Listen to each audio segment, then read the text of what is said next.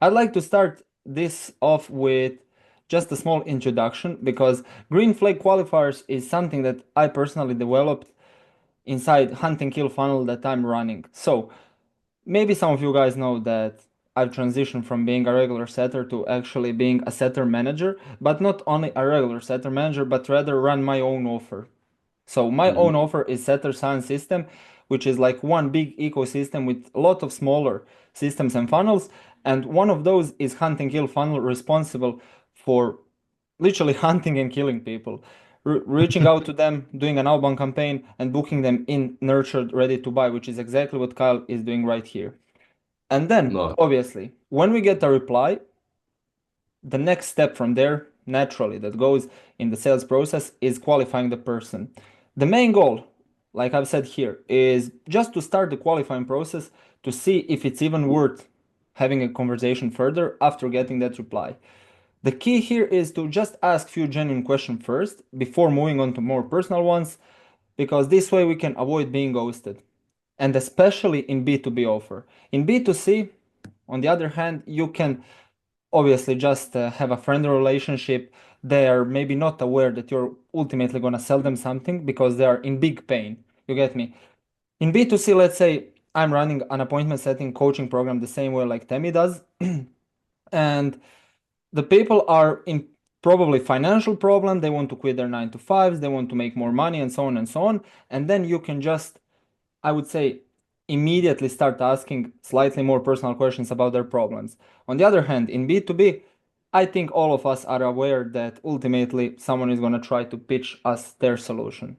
Correct me if I'm wrong, though. That's at least what I think. And that's exactly why I developed this step, green flag qualifiers, because in order for you not to get ghosted, not to be left unseen, you need to ask few genuine questions first that I'm going to cover in about a sec. Any questions? Oh, let's get to it. Okay, So, perfect. Yeah, go on. You said something, Kyle. No, I didn't, bro. No, I didn't. I was on Okay, mute. sorry. Okay, sorry then.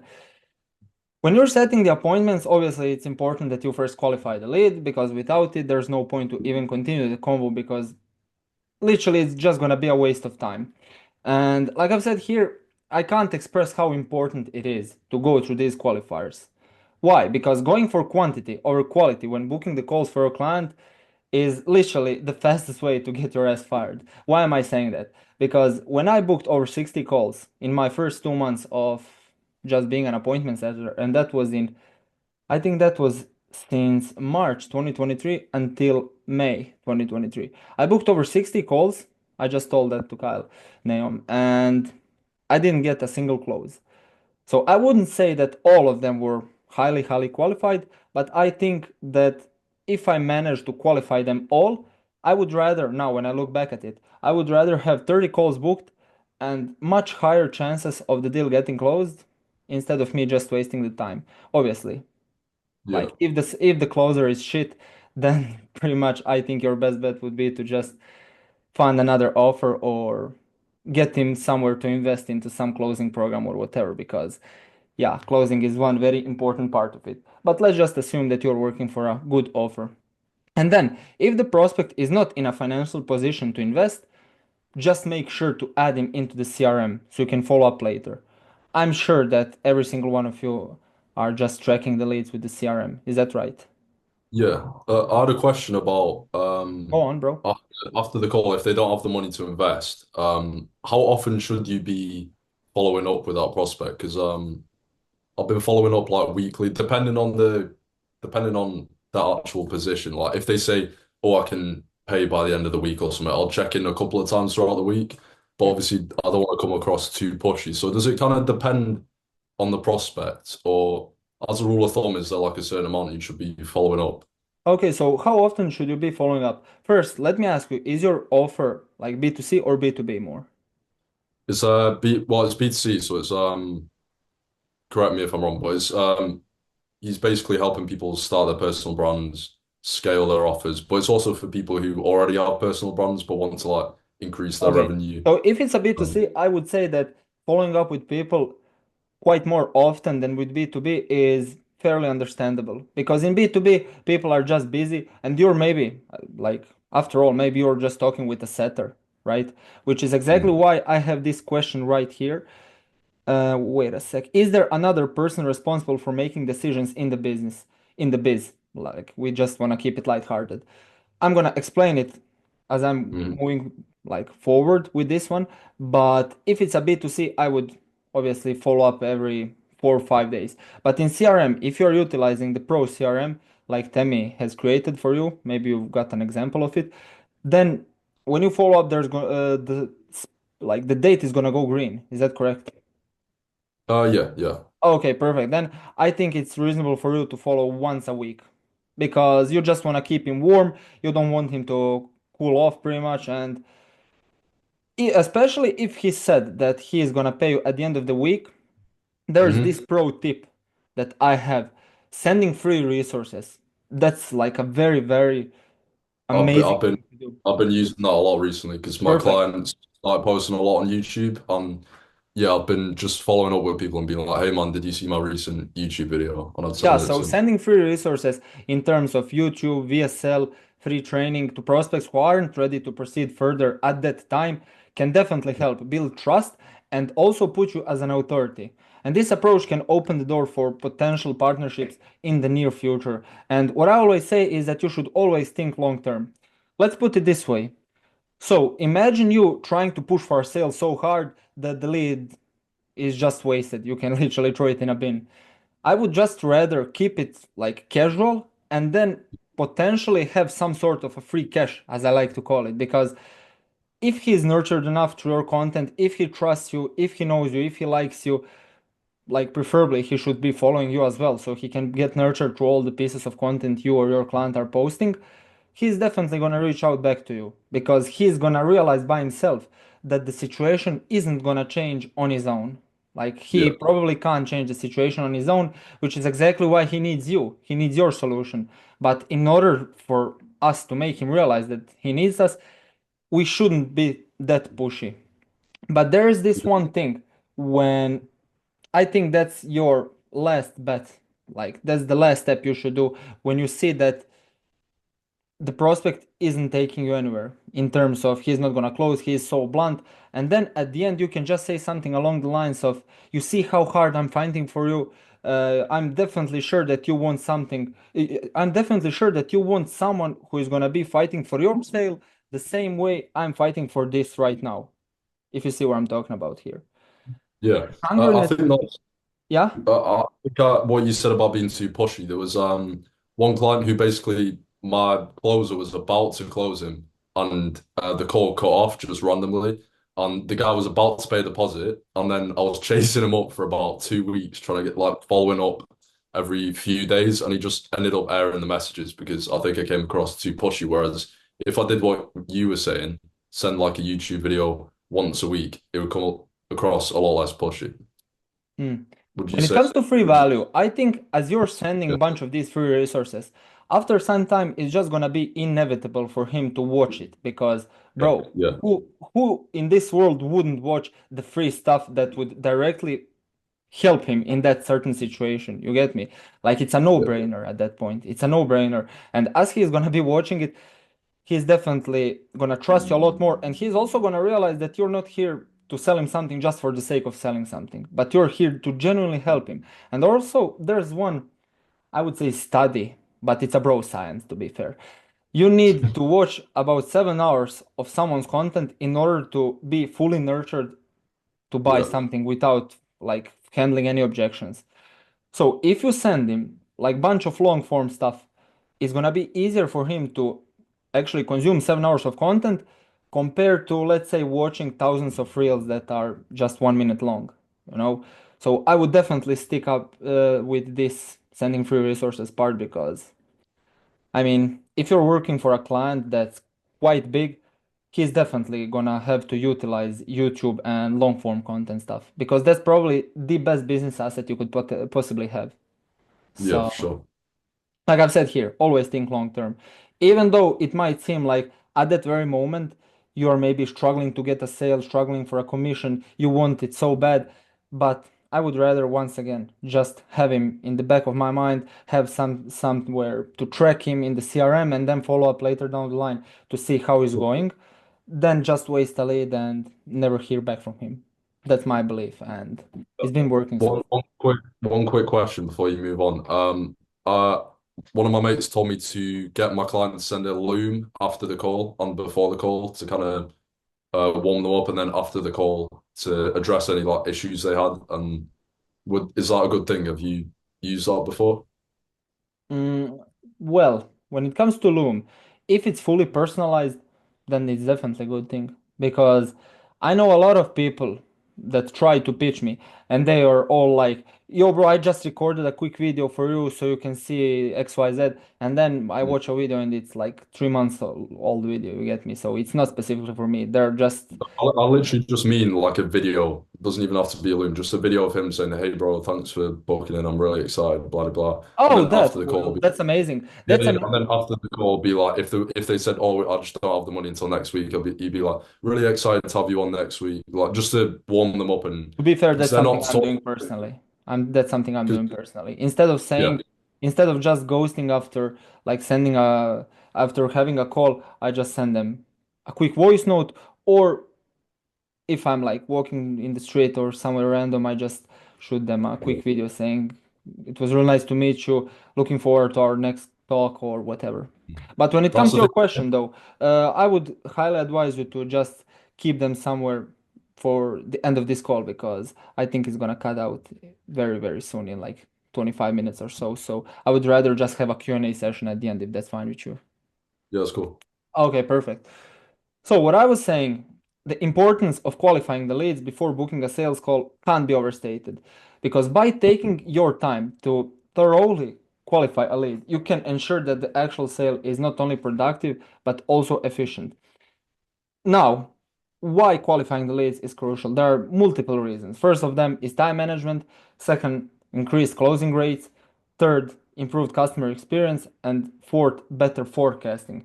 I'll explain in a sec. When it comes to time management, that's something that I'm telling all my science train setters that I'm training, placing, and managing for other six-figure businesses. Qualifying leads allows you to identify which leads are most likely to convert into customers. Therefore, they are obviously worth your time because by focusing on these leads, you can maximize the return on your investment. There's one quick story. You guys probably know Benjamin. I think he is the absolute Yeah, GOAT inside out setters. So he's grinding so hard that he wants to qualify every single person in the pipeline. So we stopped working together. I stopped being his manager maybe 2 weeks, not even 2 weeks ago, maybe 10 days ago or something. And when we were working together, he was also DM closing for a low ticket offer. The client we were working for was a remote closing coach. And I literally can't tell you how many times I told him that he shouldn't waste so much of his time on low quality leads. But yeah, I guess he was just stubborn because he wanted to go through every single one of them. And the low ticket offer we had was like $97 a month. And I just told him, bro, with them you can get straight to the point because instead of wasting your time on them, you can just put that time into qualifying some people that are much more likely to actually convert into inner circle offer. And yeah, to be fair, he just managed to do it all. He both qualified all those guys for a low ticket offer while also booking these high ticket clients on the call. So he's just a goat. But that's my main point here. If you're not Benjamin, just uh, just qualify or put your time and effort into these high quality leads, which is something that you're going to be able to see once you actually start asking them these qualifiers. In B2C offer, Neom, you can just ask something like Tammy is usually asking, which is, thanks for reaching out to her from and what do you do for work? If they're not working, if they're from third world country, then mhm. obviously that already kind of lowers their status. And you should start focusing on these other guys that are probably in some good paying jobs and want to quit it with whatever you're offering, right? Then, Cool. when it comes to increased closing rates, by qualifying leads, you can also gain a better understanding of a lead's pain points, budget, and decision-making process. This just can be used to tailor your sales pitch and increase your chances of closing the deal. When I say tailor your sales pitch, that means that every single lead inside your pipeline is different. They all have their own like financial situations, financial struggles. They all have their own goals, desired states, things they'd like to achieve, and so on, which is exactly why every single lead is different and you can't just blindly follow the script. You have to be flexible. Because when you're flexible, prospects are going to realize that, once again, you're not here to just sell them something, but that you're here to genuinely help them, especially in B2C offer. Because yeah, then you'll manage to get through with just asking those personal questions. But when you're blindly following the script, that's obvious, I can say. That's obvious because people for some reason feel it through the screen. And I know when someone's trying to sell me something, and I'm always like, if you're selling me something, just sell me something. Don't try to lead me on your through your appointment setting structure or sales process. Just sell me. But that's exactly why we need to be different.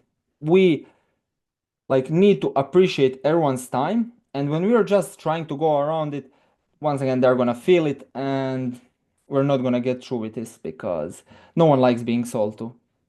Like, correct me if I'm wrong, but well, when every single one of you joined Temi's program, I'm sure that if he was pushy, if he just tried to get you inside his program, you probably wouldn't join because I wouldn't. And that's exactly how you need to just understand every single detail of your prospect. And in the CRM, there's a notes section where you can just, or touch point section, in fact, where you can just write some notes down about every single lead. And then when the closer takes call, he can just tailor his sales call around that and ensure to for the deal to actually get closed. Yeah. Any questions? Uh, Yeah, about notes, what I've been doing is I don't know whether there's a better way to do it, but I've just been copying basically we have a Calendly questionnaire, and then I Yeah. also copy the entire conversation that we've had, and I get ChatGPT to summarize it with the Calendly questionnaire in for the closer. Is that a good way to do it, or should I just be taking notes myself of like important stuff? Well, I personally have never done that. I like to think for myself that I'm a real A player and I never slack on these things. If it Mhm. needs to be done, I just do it. You get me? Because if someone, let's take it for an example, someone wants to quit his 9 to 5, he's working in McDonald's, he's making like 2K a month or whatever, and he's able to put 3 hours into a day into something to actually help him reach that goal. He's desperate, he hates his boss. Those are just the things I would add into touch points section because then before the call there's something I call pre-call report, and I think that alone helped me like generate multiple six figures for my clients, especially for Temi, because I was always keeping him like updated with every single prospect's touch point. Okay, this guy is from Leeds, I don't know. Then he's working here, he makes this amount of money. This is something that you should tailor your pitch around, and that actually ensured us to close as many deals as possible. You get me? Because once again, every lead is different and you just need to be flexible.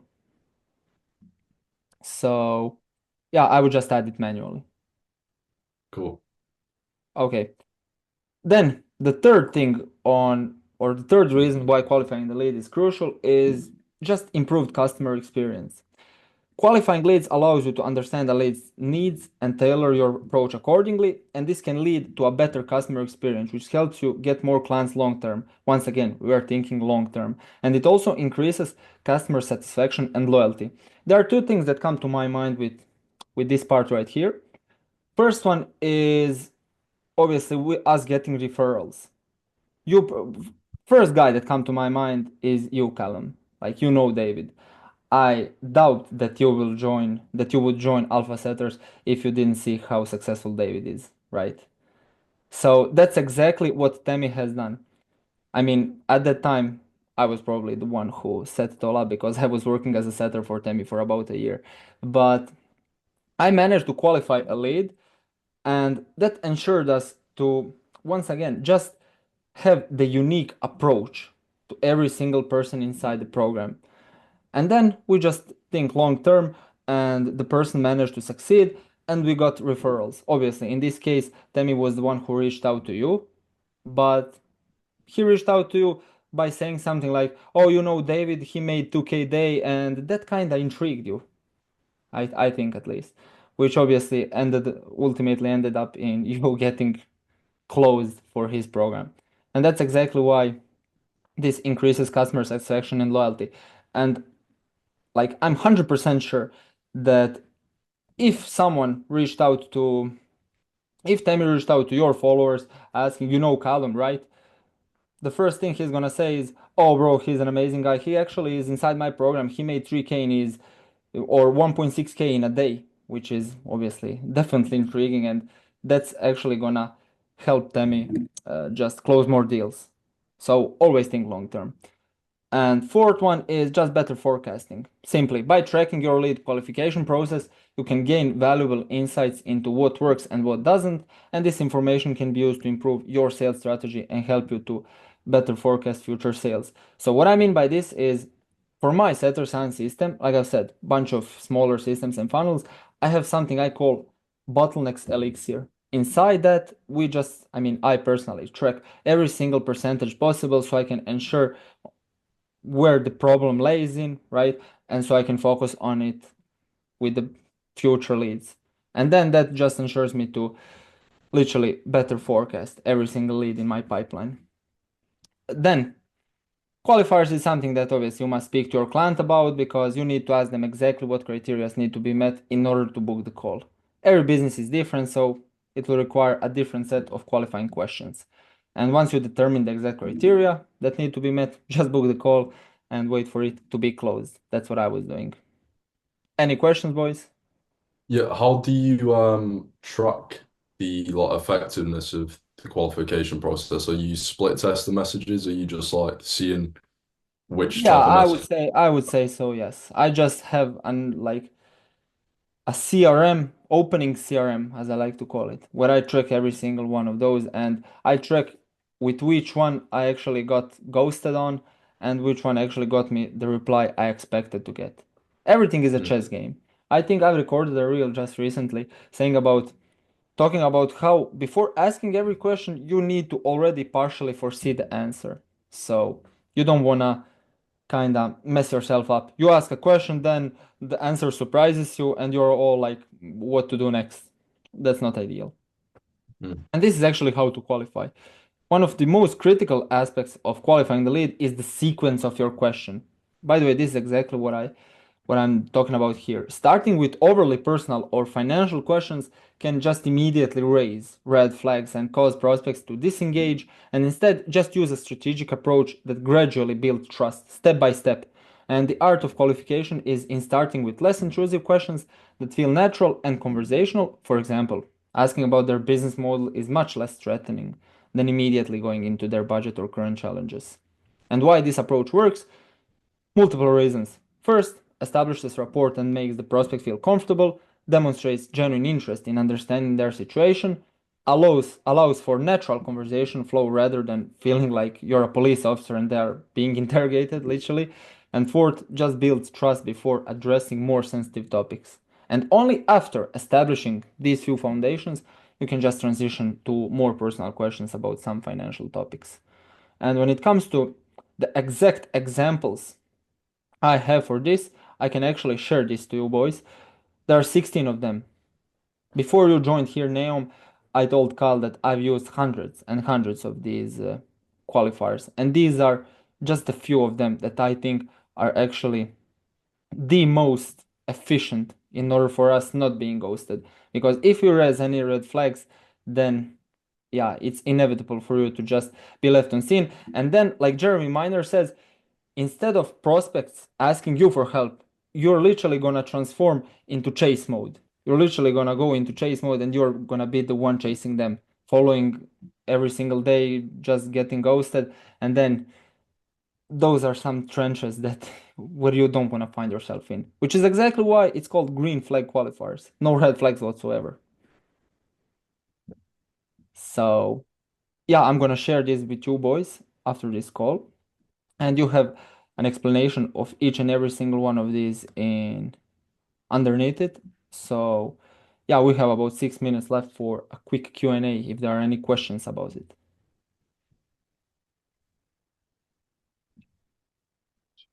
Callum, I know you said you're gonna be having some questions about it. All right. My questions are a bit more like personal to my current situation though. Go on, bro. Um, God, put me on a spot here. So main thing I've been struggling with at the moment is how do I word it? I'm really bad at these things. Hold on, let me cook for 2 seconds here. Let me think about it, and I'll get back to you. Hold on. Just ask someone else real quick. Pros Okay. ponder. I'll ponder. I got to ponder. Kyle, Naum. Yeah, so you said it's very important the like sequence you asked the qualifying Yep, question. So exactly. I've been starting off by saying it's great to connect. After I get the first response, I say so the first message actually asks if they're looking to grow their personal brand. Like, are you working on growing your personal brand as well? To like, I don't know if that's the best one I could be using, but I think it's like kind of common ground because it's like I'm trying to grow my personal brand. Are you as well? And it also qualifies if they're actually looking to grow their personal brand because a lot of people just follow him for free value or they've not even started their personal brand. So after I got that, I asked like, where are you from? I'm from the UK myself, and then they'll obviously say that.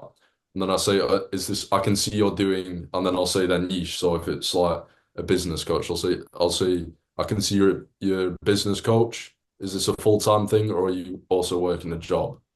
Hmm. Um, is that, yeah. And then after they say that, I then qualify their income. I say, I was actually talking to my friend who's like a business coach, and they're making about 5K a month. Is that around about where you are? Would you put that income qualification a bit later, and would you change any of what like, the sequence Well, of? to some extent, I even might be slightly autistic because I just like to think about every single detail. First of all, I wouldn't personally start it with glad to connect because are you genuinely glad to connect? You get me? Because everyone is using that. Whenever I drop a follow to That's someone, not that's the the first that's thing not they the say. opening. Sorry, that's not the opening one I use. The opening one I use is so usually it's a reply to a call to action. So to a lead magnet. Sorry. So I'll say, hey Okay. bro, hope the guide helped. Are you working on growing your personal brand as well? And then when they respond, I'd say it's great to connect. Where are you from? You know what? I would immediately start qualifying because you don't want to create an extra friction. If you can just qualify them with, yo, bro, thanks for reaching out, I appreciate it. By the way, where are you from? You can immediately just start doing that. Because asking some extra, at that Hmm. point, unnecessary questions creates an extra friction that is not necessary, I would say. There's no other way around it. There's no other way to explain it. I would say that the quicker you do it, the better. Speed is the key to success, taking action is the key to learning, and ultimately, if you try too hard, it's easy to just mess one step. Like I've said in the presentation earlier, it's a chess game, and the more moves you make, it's easier to just overcomplicate things. So I would just get straight to the point. Obviously, you still want to just keep it casual and stuff, but asking some questions that are not gonna directly bring you one step closer to your ultimate goal, which is booking the call, is pretty much unnecessary, I would say. But of Cool. course, if it's been working for you, then who am I to correct you on that one? Because don't fix things that don't require fixing. You get me? Like Yeah. every business is different, and if it's working, then please don't fix it because just you can just mess the things up if you do it. Yeah. Simplify it. Exactly that. Just simplify, bro. So my question was going to be, my offer's changed quite a bit since we last spoke, and the commission structure's changed. Walk me So through it. it went from being a more of an inbound offer to now it's switching quite heavily to an outbound offer, and the commission structure's changed differently. Um, so even though I had a great day and all, um, basically it got switched from it being like oh yeah he's doing all right thing to we may as well just hire a personal assistant to reply to inbounds because we pay him less. Um, so it's got changed to like an outbound one. My commission structure's changed accordingly as well. So I'm now on 10% for any inbounds that I DM close, but I'm on 22% for any outbounds that I close. Um, Isn't that better? and Yeah, it is better because it pushes me towards using my resources around me, like the Telegram, like the Twitter I'm on as well to outreach, especially. So it gives me more opportunity to make more money, which is good. However, I've been struggling a bit with the outbound because a lot of the people I'm speaking to are from further further east of the world from the Yeah, UK, which of course, there are third world usually countries. means income decreases a bit. Hmm. So trying to be able to progress a convo where I can understand someone who speaks tiny bit of English, how much they make, and then being able to pick apart the few ones that actually have enough money for it, and also being able to manage when someone tells me they've got certain amount, how can I try convince them that they have the funding for it when they don't believe they have the funding for it, if that makes sense. Mm, First of all, one fun fact for you right here, especially since you're in crypto world. If a guy says, let's say you reach out to him and he replies anything along the lines of sir or boss, then he's probably Indian. That's just their slang. I swear, bro. I swear. Yeah, yeah, it's My true. editors are always, okay, sir, how are you doing, sir? Thanks, boss. Bro, Yeah, that's just yeah, normal yeah, play.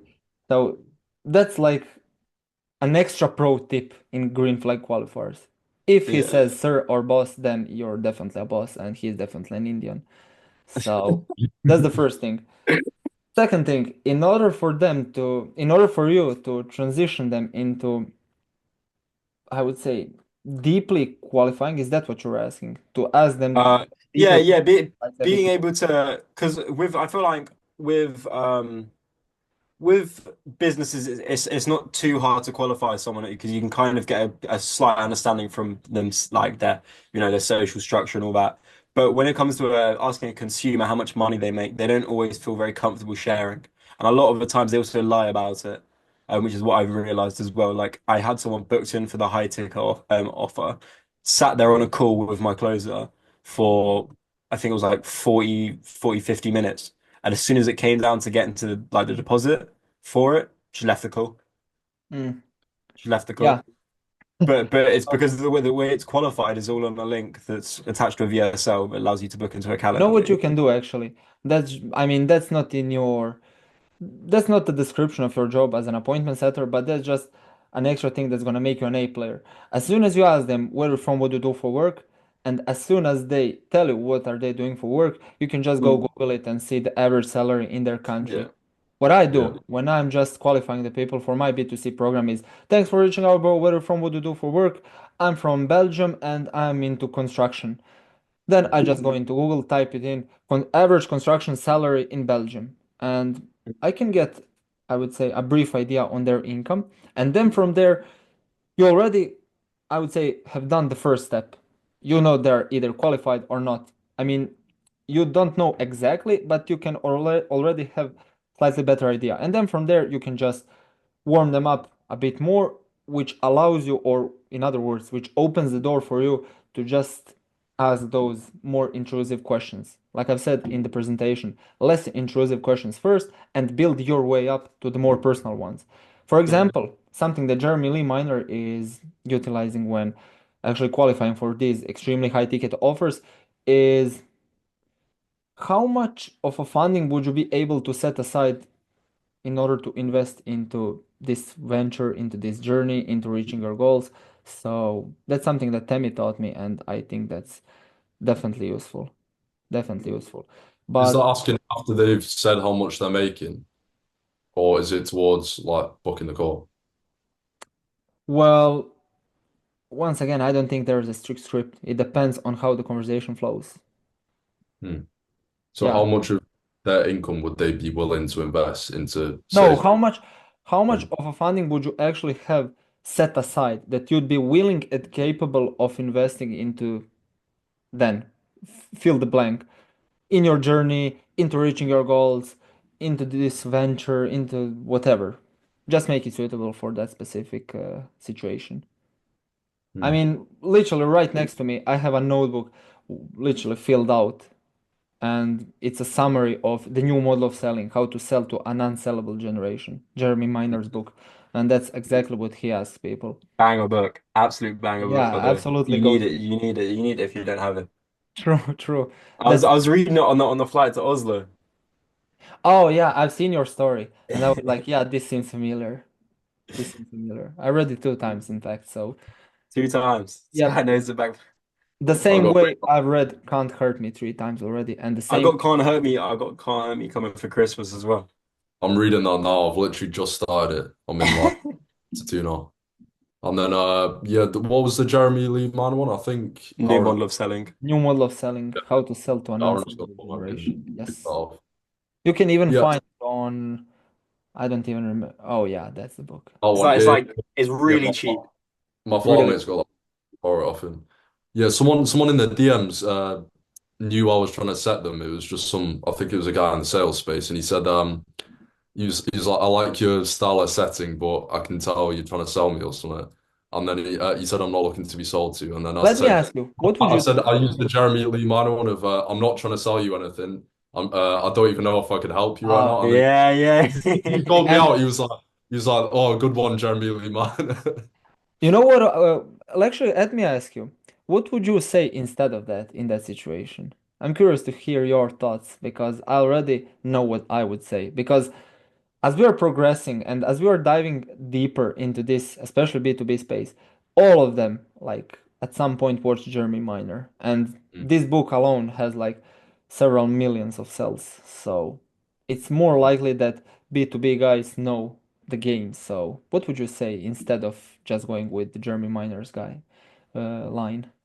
If they're saying I'm not trying to be sold to or like what are you selling me or something. Yeah, what would your response be to that? Hmm.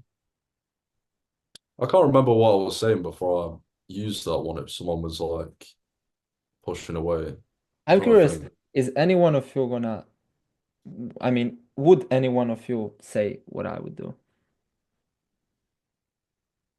Um, I'd say something like to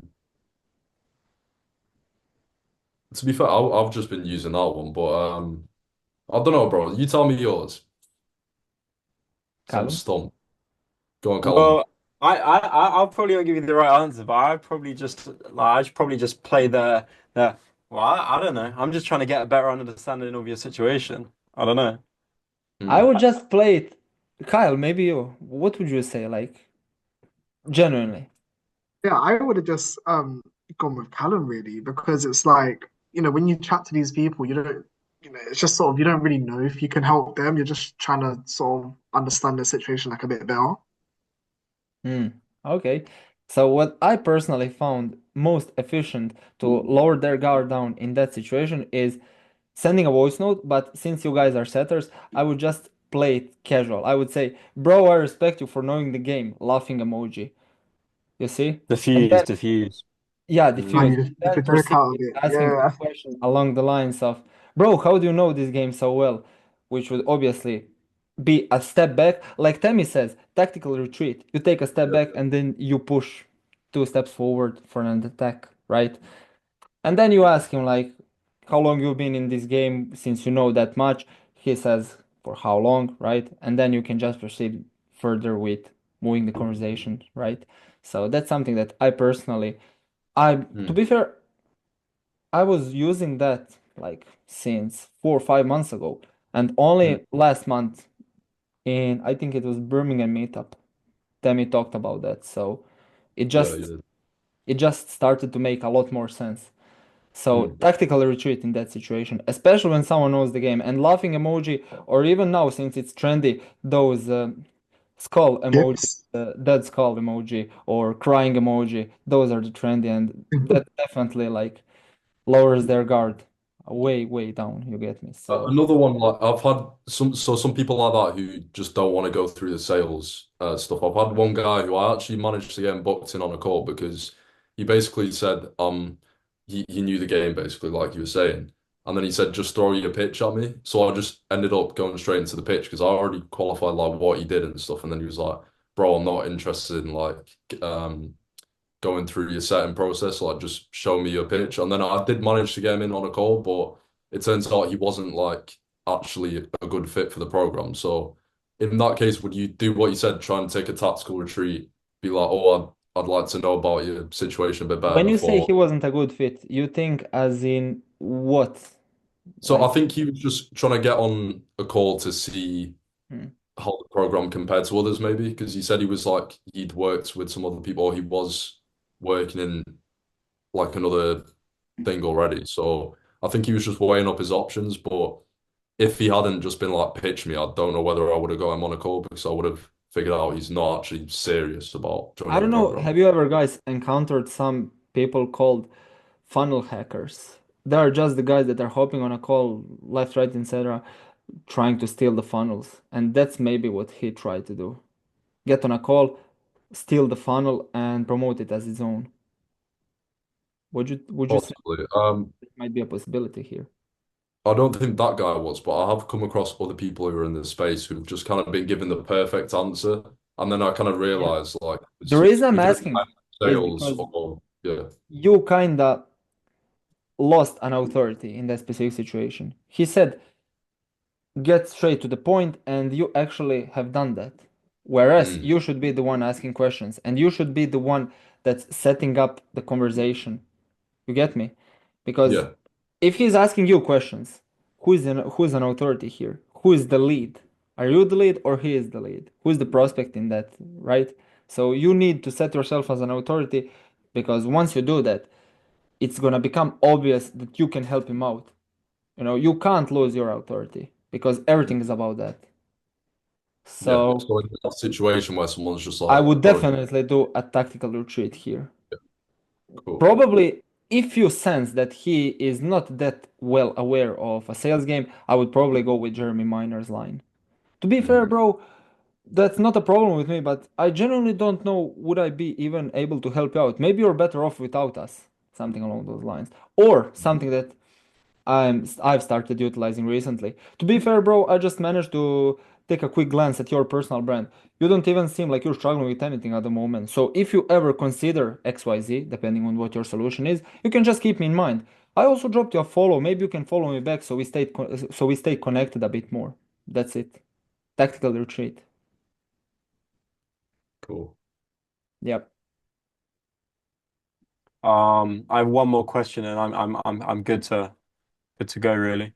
Yeah, perfect. Um, how can I scale myself from about a 2.5 to 3K a month setter to a 4K a month setter? Because I've seen Temi's roadmap and it basically goes from land yourself a good role, scale to 2K a month, Yep. master setting to a 4K a month. I'm sure you know I'm sure you know what I'm on about. But like how can I get from about a pretty if you look at the two bits of 2K a month to 4K a month and I'm stuck somewhere in the middle, how can I push myself up to that 4K a month?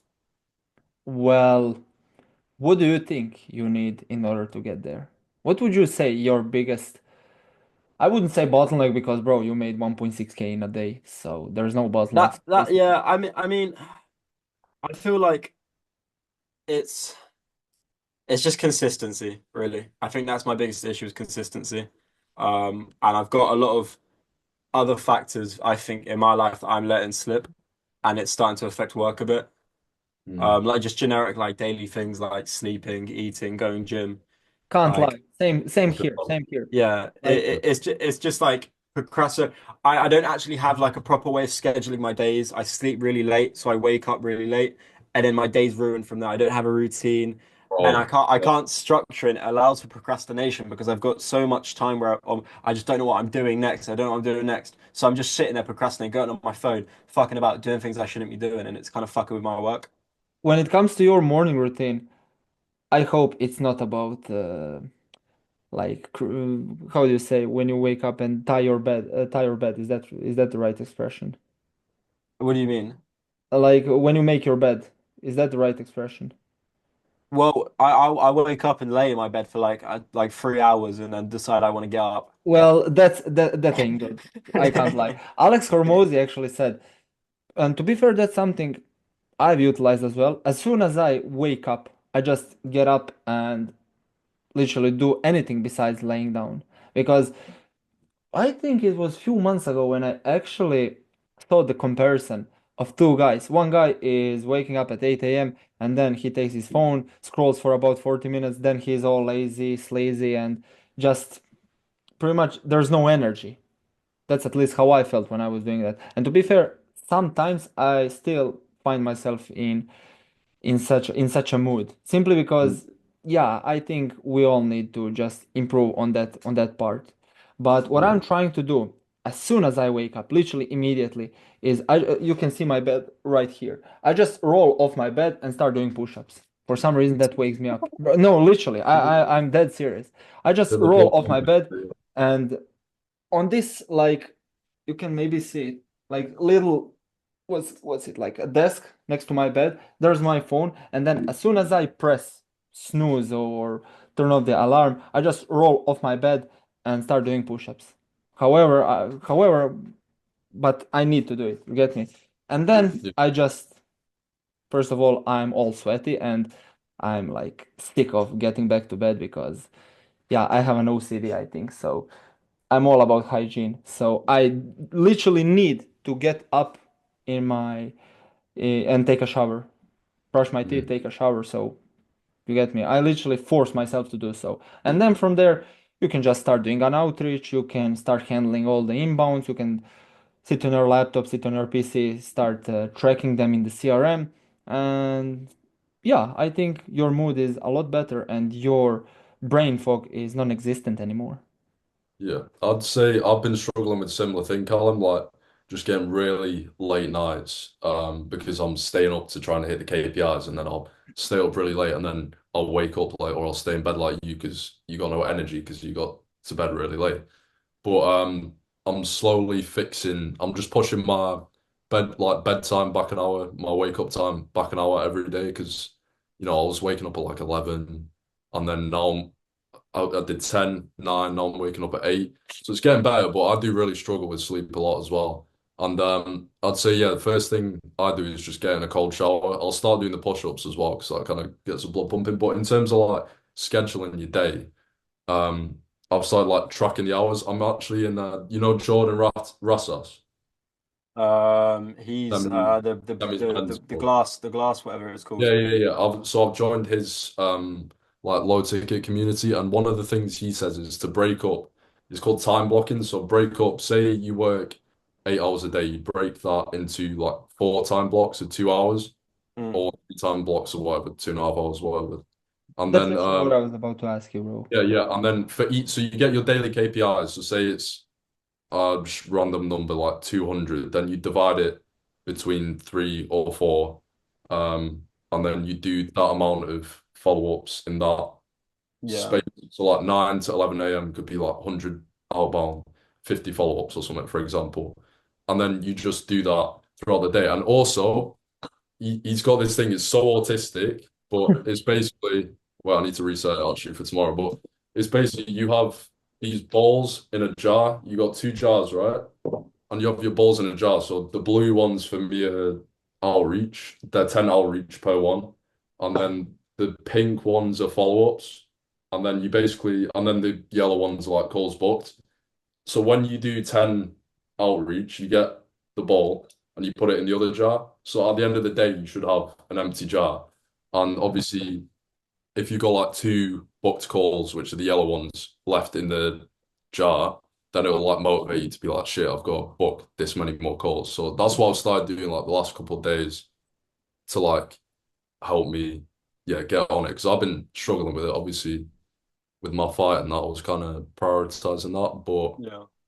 yeah, I've been definitely struggling with sleep. I It's think a work blocks is definitely the way for that. Like turn yeah, off all your notifications, even work in the dark room. Just like shut the windows down, close the doors, whatever. Just have your MacBook, PC, or whatever in your room and have a deep work session for about hour and a half, 2 hours, depending on your schedule, and just focus on that. And then at the end of the day, you definitely shouldn't be like chasing those KPIs because as you're organizing your schedule throughout the day while you're awake, then I don't see why you couldn't just actually follow them instead of being awake for about 3, 4 more hours than it's supposed to be, right?